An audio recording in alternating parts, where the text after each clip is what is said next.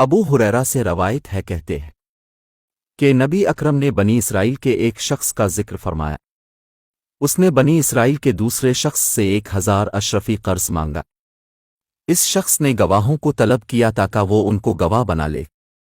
قرض مانگنے والا کہنے لگا کہ اللہ تعالیٰ گواہ کے طور پر کافی ہے۔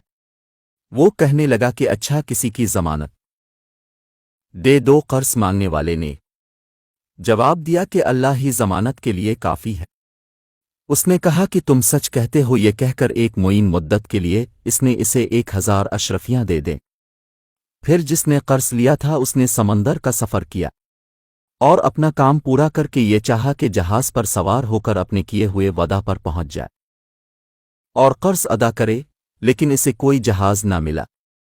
چنانچہ اس نے ایک لکڑی اٹھا لی اور اس میں کریدا، اس میں 1000 اشرفیاں اور ایک خط رکھا اور اس کے منہ کو اچھی طرح بند کر دیا، اور سمندر پر آیا اور کہنے لگا کہ اے اللہ تو جانتا ہے میں نے فلاں شخص سے 1000 اشرفیاں قرض لی تھیں اور اس نے مجھ سے ضمانت مانگی تھی۔ میں نے کہا تھا اللہ ضمانت کے لیے کافی ہے۔ وہ اس پر راضی ہو گیا تھا۔ اس نے مجھ سے گواہ طلب کیے تھے، چنانچہ میں نے کہا اللہ گواہ کے طور پر کافی ہے، تو وہ تجھ سے راضی ہو گیا تھا۔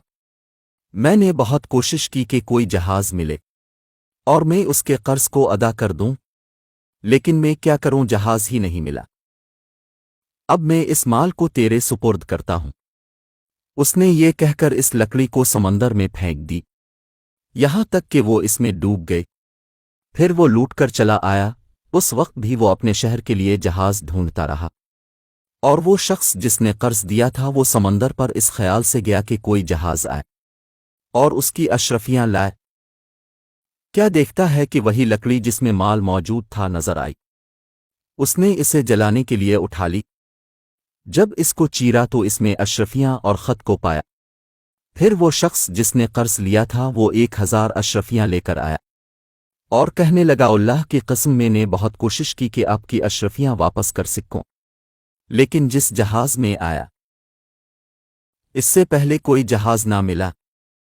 تب اس قرض دین والے نے کہا تو نے میرے پاس کچھ بھیجا تھا۔ اس نے کہا کہ میں آپ کو بتا رہا ہوں کہ جس جہاز پر میں آیا ہوں اس سے قبل مجھے کوئی جہاز نہ ملا۔